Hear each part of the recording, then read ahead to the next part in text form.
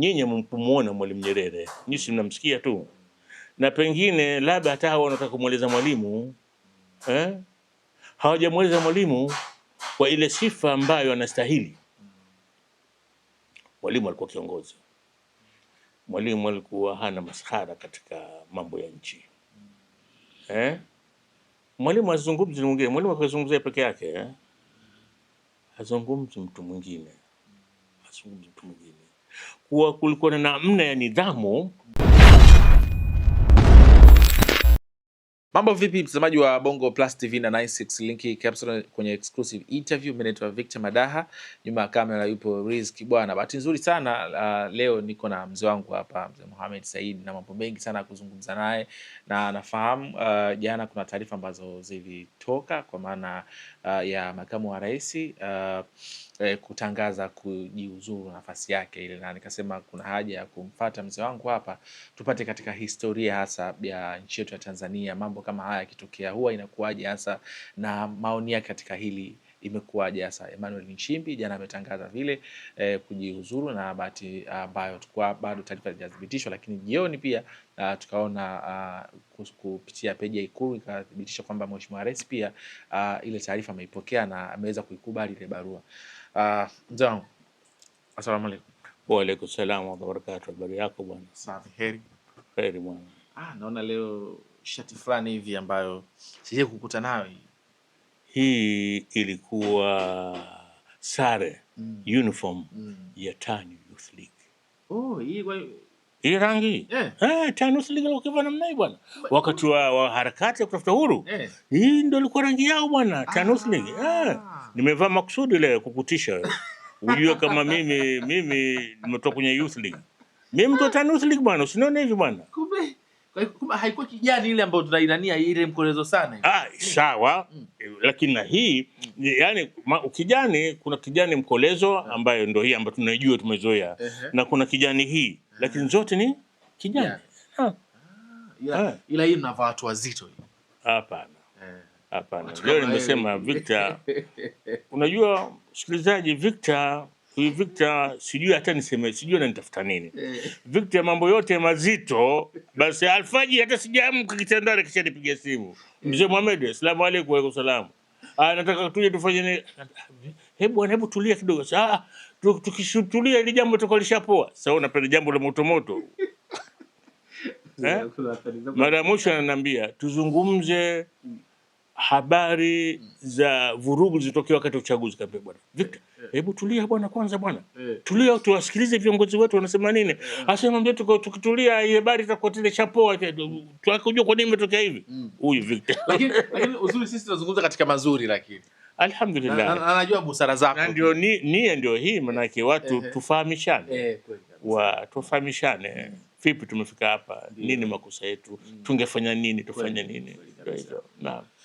Pengine hasa tukiingia moja kwa moja kwenye hili, taarifa za jana za makamu wa rais Emmanuel Nchimbi kutangaza kujiuzuru nafasi yake ya makamu wa rais, ulivyozipata hizi taarifa? Kwa kweli hasa zilikuwa taarifa za namna ipi hasa? Nimepigwa simu na radio station moja kutoka Shinyanga. Alafu inaitwa Jambo. Jambo. Nikamwambia bwana, hebu tulia kwanza bwana. Mzee Mohamed, ile jambo bwana dhahiri bwana tufanye kipi? Hapo kwa hapo maana hapo yuko hewani, anataka twende mubashara. Naambia bwana, nyinyi waandishi wa habari, kwa nini mmekuwa kama wanga nyinyi? Unajua wanga ule wachawi wanatembea usiku. Akupita nyumbani kwako, akipita nyumbani kwako si unaamka unaumwa. Ndio kama mbona mnakuwa kama wanga? Mzee, hii hakika gani? Uone kwenye mtandao, kasha wewe unaamini mtandao. Wewe mtandao wasa wewe unanipigia simu kwa habari ya mtandao. Akasema mzee, hii yenyewe hii utakuja kuniambia. Kamba bwana, kitu hapo nikamkata sasa tusubiri kidogo. Tusikilize kwanza. Vinginevyo sisi tutajitia tutaathirika. Je, US uongo ile false news na fake news itakuwaje? Nimekaa hata simu haijapoa, itafika television nao. Mzee Mohamed, tunataka tufanye kipindi.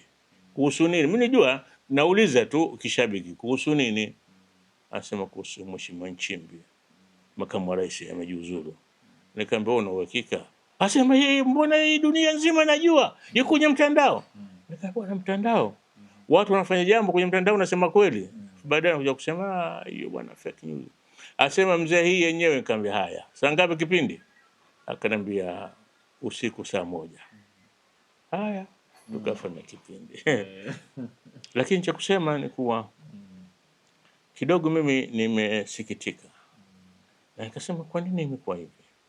Kwa sababu mtu ambaye angestahili kutupa taarifa, kuwapa wananchi taarifa, huyu ni kiongozi mkubwa namba 2, namba 2 katika serikali, namba 2.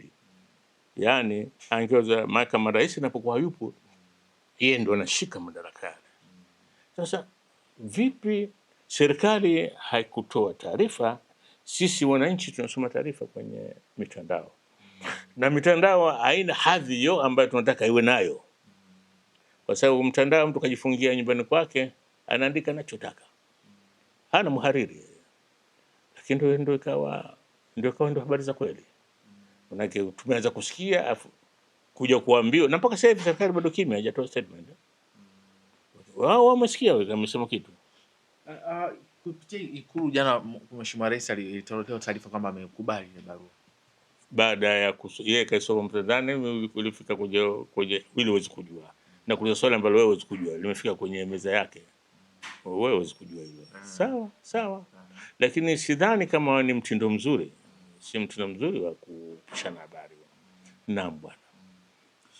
Pengine hasa kwa namna ambavyo ulivyoona Nchimbi alivyokuwa na uongozi wake ndani ya serikali, hasa kuna watu ambao wameshtuswa wakasema kwamba mbona kama ni jambo ambalo ni zito sana kwa Gen Z, hasa wa generation ya sasa hivi. Kwa nyinyi hasa katika uongozi, hasa mambo kama haya yakitokea inakuwaje, hasa hata huko nyuma pia? Ukiwataja Gen Z unanitisha, ukiwataja Gen Z, kwa sababu nyinyi wenyewe mjione huruma kwanza. Si nyinyi wenyewe Gen Z hamuonee nafsi zenu huruma, na wala hamtuonee huruma sisi wazee wenu.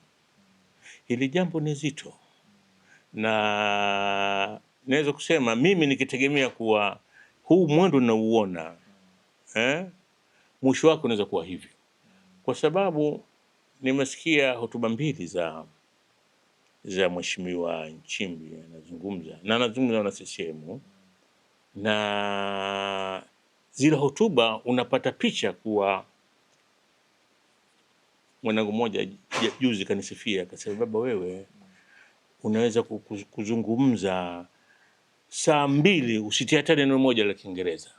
Na kama sasa neno la Kiingereza hivyo, kwa sababu mimi Mswahili na mimi Kiswahili nakijua, nitie Kiingereza cha saa. Lakini hii ni kama msemo tu. Kusikiliza zile hotuba za Mheshimiwa Nchimbi, nikasema all is not well, mambo hayako vizuri, kwa sababu sio hotuba ambazo tumezoea kuzisikia. Alafu mwenyewe ninakaa nasema kwa nini hizo hotuba zinakuwa namna hii? Sasa mimi tofauti na nyinyi Gen Z, nyinyi mmuona Mwalimu Nyerere, nyinyi si mnamsikia tu, na pengine labda hata hao wanataka kumueleza Mwalimu hawajamueleza Mwalimu kwa ile sifa ambayo anastahili. Mwalimu alikuwa kiongozi. Mwalimu alikuwa hana maskhara katika mambo ya nchi. Mwalimu azungumzi mwingine, Mwalimu akazungumzia peke yake, azungumzi mtu mwingine, Kuwa kulikuwa na namna ya nidhamu. Sasa siseme kama hivi ndio ilivyo, kwa sababu mambo yanabadilika. Maana sasa hivi wewe unaweza kuniambia demokrasia ilikuwa ndogo wakati ule, ndio hali ilivyokuwa wakati ule, hakuna kulaumiwa kwa vile ndio ilivyokuwa itakiwa kwa vile. Sasa demokrasia imepanuka. Zamani magazeti 2 tu, 3. The Nationalist, Uhuru, Tanganyika Star, alafu kaja tukalichukua na ile Daily News. Ikawa magazeti yote 3, yote ya serikali na chama. Wewe utatia neno lako wapi? Unaweza kusema hivyo. Na tulaumu kwa sababu tumekwenda fika wakati kuwa kuna vyombo huru. Vyombo huru hakuna mtu aliyezuia. Na Mwalimu alikuwepo na vyombo huru vilifika hapo. Sasa unaweza kusema hali ile ndio ilikuwa hali ilikuwepo. Lakini sasa kufika hali kuwa kila mtu anasema, na yanayosemwa pengine hayapendezi upande mwingine. Sasa imekuwaje? Sisi watu wa kizamani tunaona hii, hebu tutazame mwisho wake itakuwa nini. Ukienda kwenye mtandao ukisikiliza zile hotuba za makamu wa rais, unajua kuwa hali si nzuri, lakini unaweza kusema vile vile kuwa kuna nini sisi hatuwezi kujua nini kinavuruga, lakini kwa uchanganuzi wa haraka haraka unaweza kusema nchi yetu imepitia, kwa kweli imepitia mtihani mikubwa, si midogo. Mwalimu wakati wake mambo yalikuwa yametulia. Tuko wenyewe sisi, hata wa CCM walikuwa 5 wa CCM ni wao wenyewe, kama wanagombana mtu na ndugu yake wenyewe kwa wenyewe, lakini wakati mwingine wanakasirikiana, wanamfukuza mtu chama kwa huyo utufai kwa sasa. Umeshasikia kina Anangisia walifukuzwa chama hao, kwa sababu sasa hii tena imefutu ada hii, hatuwezi kustahamilieni. Sasa tumeingia mahali kuwa ile imekuwa historia. Sasa CCM, watu wengine wanasema, jana kaniuliza kijana kwenye kipindi cha East African, ananiambia au kuna mpasuko kazungumza kwa au kuna mpasuko. Sasa nataka mimi nieleza pale, nikamwambia hiyo mpasuko umesema wewe. Victor, ni kwa tumetoka kwenye nchi inapitia mitihani mingi, lakini inshallah tutavuka, kwa sababu atakuja kiongozi mwingine. Nadhani kile kiongozi mwingine haya yatatengenezwa, na nadhani wenyewe vile vile wanajiuliza kwa nini kuna hili na kuna hili, kwa sababu kwa kweli ukitizama uongozi wa Mama Samia, watu wengi sana kwa wanabadilishwa, nani usalama wa taifa, waziri mkuu, unajua wanabadilishwa. Sasa lazima kutakuwa na kitu, lakini mkisema kitu kimoja, lakini na kuna rafiki yangu moja, ni rafiki kwa sababu tu ni rafiki yangu, lakini ni mtu mzima na ni mwalimu wangu, kanisomesha mengi, na ni mtu anayejua sana nchi, na kafanya kazi kwenye serikali. Nilisema hivi, nilisema kuwa sisi watu wa bara tujifunze kukubali kuwa kile kiti cha urais hata Wazanzibari wana haki nacho. Kanipigia simu mchana, tena kula chakula hapa. Asa, Muhammad bwana, umenivunja nguvu sana maneno yale. Nani amekwambia kuwa watu wa bara hawampendi rais Mzanzibari? Nikamwambia, lakini bwana, mimi ninachojua Rais Hassan Mwinyi alipata mitihani mikubwa, imekuwa mpaka gazeti la serikali linamshambulia, gazeti la chama linamshambulia, achilia mbali haya magazeti mengine. Na nikampa mfano sikumpa, lakini wewe nakupa wewe. Mimi siku moja Saleh Ahmed Yahya, huyu alikuwa Ahmed Saleh Yahya, huyu alikuwa alikuwa mhariri wa gazeti moja linaitwa Africa Events, alipo gazeti likichapwa London pale, na magazeti wengi walikuwa waandishi pale kwa jamaa kutoka visiwani, watu wa pwani. Kaja Dar es Salaam, akaniambia, Muhammad, nataka tunywe chai pamoja leo. Kanipigia simu, kesho tunywe chai pamoja kule mjini, hoteli moja inaitwa Chef Friday. Nikasema hii Marekani hakualiki chakula, lazima uwe na jambo lake. There's no free lunch in America. Nimekwenda pale, tumekunywa chai, sambusa, bajia, nini, kababu, tumemaliza. Ananiambia, Muhammad, mbona rais anashambuliwa namna hii na wewe umekaa kimya? Nikasema, mimi nani? Sasa Muhammad, wewe unaweza kuandika bwana, au ukamsaidia mzee wako? Nikamwambia, bwana, niandike nini bwana? Asema, andika makala bwana, andika makala. Mimi nikaandika makala, na ye makala alipa uzito kwa sababu hata ile cover ya ile gazeti limemtoa Mwinyi yuko kwenye meli inapigwa mabomu chini. Mabomu ndio leo wenyewe kumshambulia. Na wakati wa Mwinyi ilitoka kitu kinaitwa pastoral letters, barua za kiuchungaji zikimkosoa Mwinyi na utawala wake. Sasa watu wengine wakachukulia kwa labda kwa sababu ni Mzanzibari, watu wengine wakachukulia labda sababu Muislamu. Sasa ndio mimi niliposema hili, yeye rafiki yangu akasema, hapana bwana, wakati mwingine mambo hayaendi vizuri, lazima watu waseme. Lakini fikiria, jua vile vile kuwa wakati wa Mwinyi vyombo huru vya habari Wakati wa Nyerere utachapia wapi? Vilikuwa havikuwepo. Kwa hiyo na hilo vile vile uliweka katika fikra zako. Lilichangia pia. Sasa katika hali hii ni kuwa nachosema mimi kwa tusubiri tusikie serikali yenyewe na Chama cha Mapinduzi kitasema nini kuhusu hali hii. Watakuja taarifa gani? Ingawa walituweka karibu saa 12 na zaidi labda za ukimya zile. Hazifai. Ziko na maana gani? Watu tunapeana drip tu. Vipi taarifa? Ni ya kweli au imedukuliwa? Sasa hapo ndio maana gani ni ya kweli au watu wamedukua nani tu maka hao wadukuzi wa ajabu bwana. Ndio. Si ndio hivyo bwana. Sawa kabisa. Lakini sasa kwa kuweka sawa kihistoria hasa huko ilikuwaje huko nyuma hasa mambo kama yakitokea pengine viongozi walikuwa kiondoka hasa hali ya kisiasa ilikuwa Mwalimu ndo alifungua mlango wa nani wa kujiuzulu. Huyu ndo kachana. Mwalimu bado huru tu akasema bwana jiuzulu bwana waziri mkuu na mwachia Kawawa mimi nakwenda kujenga chama. Watu walistuka, watu wakuzoea ile jambo. Nchi na Mwalimu watu wanayetoka 63 wanapigania uhuru mpaka uhuru unapatikana akakaa kwenye kiti. Alafu kesho anakuambia mimi natoka kwenye kiti. Unakwenda wapi mwalimu? Mwalimu unatoka kwenye kiti unakwenda wapi? Hii kazi yafanye nani? Unanielewa Na mwalimu katula kipendo sana. Sasa lakini kishindo kikubwa cha hii mtu kujiuzulu ni cha Abu Jumbe. Si Abdu bwana, Abu Jumbe bwana. Mwaka wa 84. Mimi nakumbuka siku hiyo nilikuwa Arusha na hoteli moja inaitwa 77. Hiyo hoteli nadhani siku hizi haipo.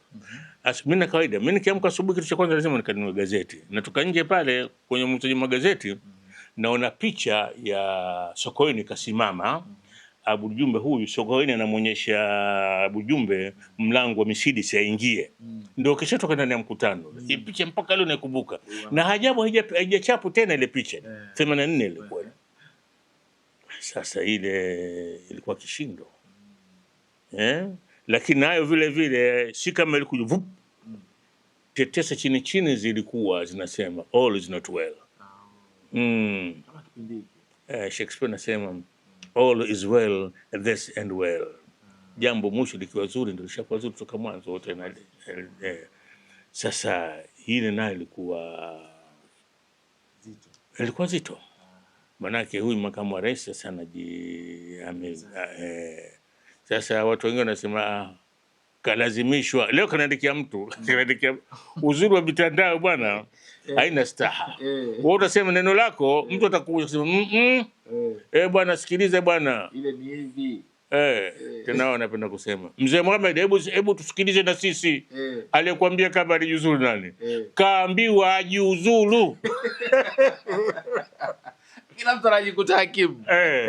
Lakini sasa ikatokea bahati nzuri mimi mzee Abu Jumbe alikuwa baba yangu. Mimi nikaenda kwake kama nakuja kwako. Bila matatizo. Mpaka nikanajuana na wale wasaidizi wake wote. Kulikuwa na Musa na Molel wale wakimwendesha na vile vile walikuwa ndio walinzi wake. Akiwatuma nyumbani kwangu nikiwapa barua nikiwapa nini wanampelekea mzee yule alipewa barua wanamletea. Basi kwa siku alinihadithia habari ile ya Dodoma. Kaviaje? Akaviaje? Tatizo ni serikali tatu. Mwinyi anataka nani sio kwa nini nimependa mzee Mwinyi. Abu Jumbe alikuwa anataka serikali tatu.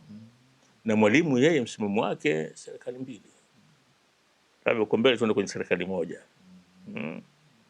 Sasa yeye alikuwa ametayarisha barua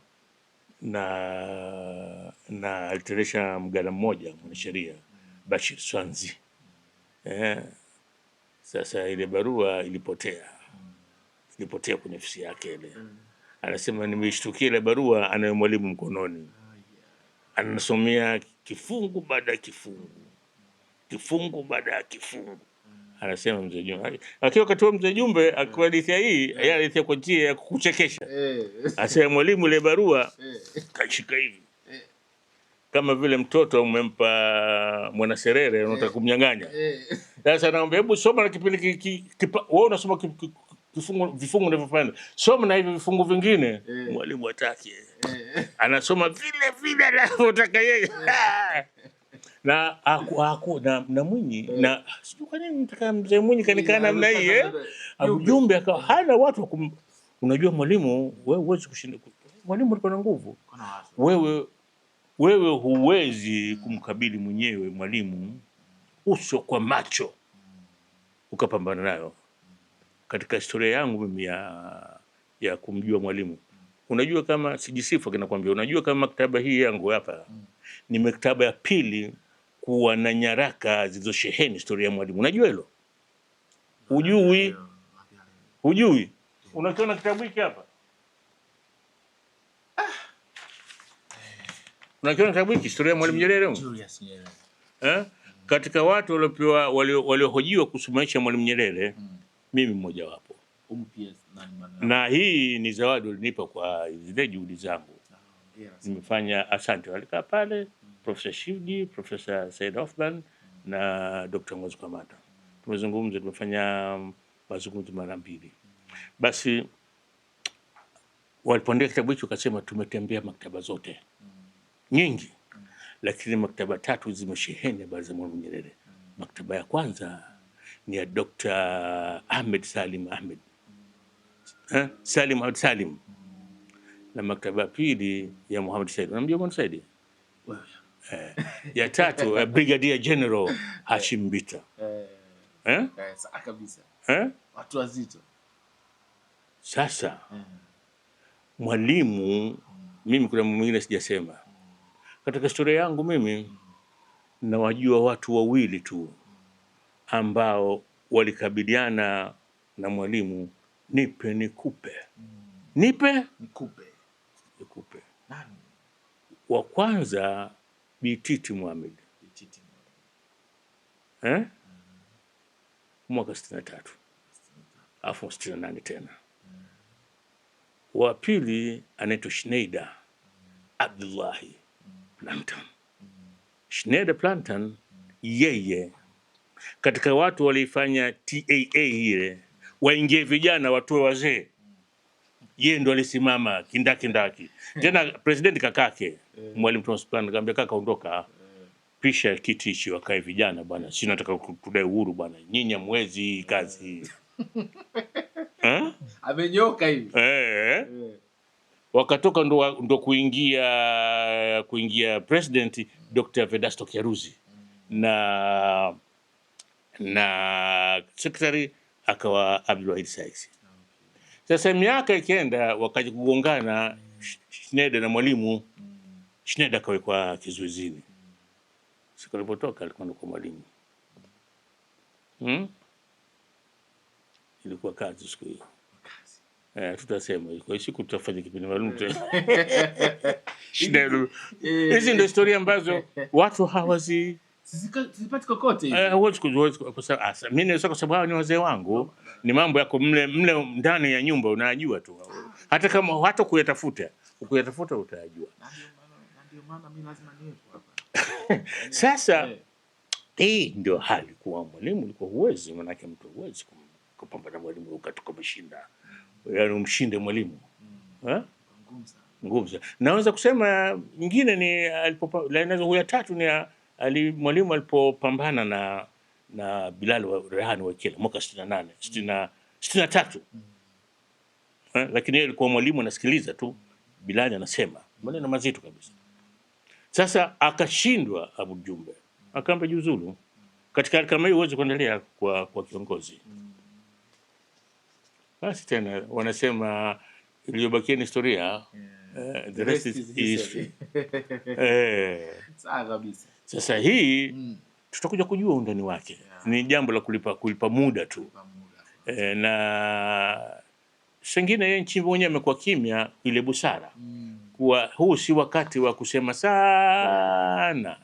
Kwa sababu bado tunaye. Kwani kujiuzuru kosa bwana. Unampisha mtu mwingine anakaa kwenye kiti. Kazi iendelee. Pengine ujumbe wako hasa kwenye hili hasa wewe kama mzee una lipi hasa watu waende na neno lipi hasa kutoka kwako? Victor, mimi ndio kwa pato na saa bwana, mimi nishakuelezea na tosha mimi neno lipi. Lolote, kama nyinyi mkitamka watu wanawasikiliza. Sasa hili mimi nitasema kwa jumla tu kwa kina nani tena kusikiliza? Manake kwa kawaida, kwa mfano mimi ningekuwa na sauti katika mamlaka, niko na mamlaka katika hizi vyombo vitu vya habari huru hivi mitandao hii, kikija kitu kama kile kuwa makamu wa rais amejiuzulu, na bana kwanza nisikilize serikali inasema nini. Wakishatoa taarifa na mimi napeleka ile. Sasa natoa taarifa wenyewe. Sengine wenyewe sisema wamekaa kimya ile kwa kuchukia. Kwa utafanya hivyo. Labda ongeza, na tushukuru kwa wamejibu. Wangekaa mwezi mzima hawajasema chochote, utafanya nini sisi? Wana wewe uwezo huo. Wakisema si wanajitia wao ndio wanajiita kimbele mbele, wanajua habari sana. Basi sisi tunakaa kimya. Watawauliza sema sisi tunaona kwenye mitandao. Wangesema hivyo na sisi tunaona kwenye mitandao. Kuna viongozi ambao Mwalimu alishia kumletea labda kwamba anataka wajiuzuru afa akakatalia. Kwa hiyo inatokea hiyo. Sikumbuki kama ni Mwalimu alipotoka kumwambia mtu jiuzuru. Mwalimu watu wakimjua, labda nitakupa ya Edwin Mtei. Edwin Mtei aliwapeleka Benki ya Dunia kwa Mwalimu kuzungumzia wakati hali ya uchumi ngumu. Mwalimu hakupenda. Hakupenda. Yeye Mtei mwenyewe aliporudi ofisini katika barua kujiuzuru. Bila mwenyewe Mwalimu kumwambia. Inawezekana vitu kama hivyo viko vingi lakini wenyewe hawasemi. Unasikia tu kwa Mwalimu barua ikafuata tu kwa huyu mtu hayupo tena. Ana yeye mwenyewe basi imekwisha. Lakini alikuwa wakataliwa tu kama ameandika barua kujiuzuru afa Mwalimu bana wewe endelea. Mimi nani kajiuzuru wakati wa sikumbuki. Akakataliwa. Sikumbuki nani. Sikumbuki. Baki nakumbuka nani alijiuzuru kwa ajili ya maradhi Sokoine akaenda Yugoslavia kutibiwa. Lakini hizi unajua wakati wa Mwalimu kila kitu kwa kimenyoka, alikuwa hakuna hizi zigzag hizi. Unatamani tupate kiongozi wa namna gani za makamu wa rais? Hapana, kiongozi ni kuwa mkuja nikwambie, wala si mambo ya kulaumiana. Nchi yetu imepitia kipindi kigumu sana. Tumekuwa na shinikizo la kuweka sheria ya ugaidi, imetuletea matatizo makubwa sana. Haya, tumepitia manake toka Mwalimu amefariki, tumekuwa na Rais Mwinyi, kaja Benjamin Mkapa, Mkapa amekuja Kikwete amekuja Magufuli sasa amekuja Mama Samia. Ni muda mrefu na lazima kutakuwa na mabadiliko. Na vyombo na uhuru umepanuka zaidi, demokrasia zaidi. Si unaona hapa tunazungumza bila serikali. Wakati wa Mwalimu anaweza kuzungumza bila serikali? Usingeweza. Kwa sababu hali ilikuwa hivyo. Kwa hiyo si jambo ambalo lina jibu moja. Ni jambo ambalo la muhimu kuwa hii maridhiano hii. Lakini tuweke siku nyingine. Kuna haja ya kuwa na maridhiano. Katiba. Ndio vitu vina kila saa watu wanapiga kelele hilo. Na jingine naweza kusema ni kuwa na Afrika nzima ni kuwa serikali zetu ni nzito sana kusikiliza nje ya wao wenyewe. Wao nje ya wao wenyewe ni tabu sana kusikiliza. Kwa wao wanasema nini? Na unaposikiliza watu wengine na wewe unapata fikra mpya inaweza kukusaidia. Kwa hiyo hayo ndio mambo yalivyo bwana. Mzee wangu, nakushukuru sana kwa wakati wako, umetuelezea katika busara kubwa sana, umetumia lugha ambayo ni nzuri, pia nikupongeze pia. Naamini pia leo tutazama sisi amejifunza na wala hajapata kila ambacho tumekuja kumsema mtu. Waswahili wanasema kumsengenya mtu ama kumsuta mtu. Hii ni elimu imetolewa hapa. Asante sana. Victor, napenda sana shati lako zuri. Sana. Hii napata kuiga kutoka kwako. Na kuja kwako na lazima nijipange kidogo. Mimi natoa wafuasi wako pia wana namna ambayo wakiniona wafuasi wasikilizaji wetu sote. Sasa wewe mzee Mohamed, wewe unamruhusu Victor kuja kwako amevaa kaptula, kwa nini unamruhusu hivyo? Na mimi napata sheria zao. Lakini vizuri mimi sikukwambia waje kusema mzee, watu wamelaumu sana. Vipi unamruhusu kuja kwako mzee? Anakuja na pesa. Sasa nakwambia wewe unakwenda kwa baba yetu umevaa kaptula wewe. Asante bwana. Asante sana. Asante. Na nilikuwa nazungumza na mzee wangu mzee Mohamed Said, tumezungumza mambo mengi sana. Bahati nzuri nilitaka nipate nyuma hasa hali ilikuwaje hasa, na ndio lengo la kuja kwake, na hapa ametupitisha huko nyuma hali ilivyokuwa kulinganisha na sasa hivi, lakini kubwa amejaribu kuhasa pia namna gani ambavyo mambo haya yakitokea, na kuhasa pia namna gani ambavyo pia tuchukulie kama sehemu ya uongozi katika mambo ya uongozi. Mambo kama kutokea ni jambo la kawaida. Kwa hiyo tusubiri mamlaka zizungumze ni nini kitatokea. Makamu wa rais ambaye tutajwa pia, tusubiri mamlaka zizungumza nini, na basi tutampokea. Naamini serikali ni sikivu na tutalitoa viongozi ambao pia watakuwa na kwa ajili ya kujenga taifa letu la Tanzania. Mimi naitwa Victor Madaha, nyuma ya kamera ya Kopo Riziki bwana. Asante kwa wakati wako. Asante kwa kutazama interview hii. Usisahau kusubscribe, like, comment na kushare.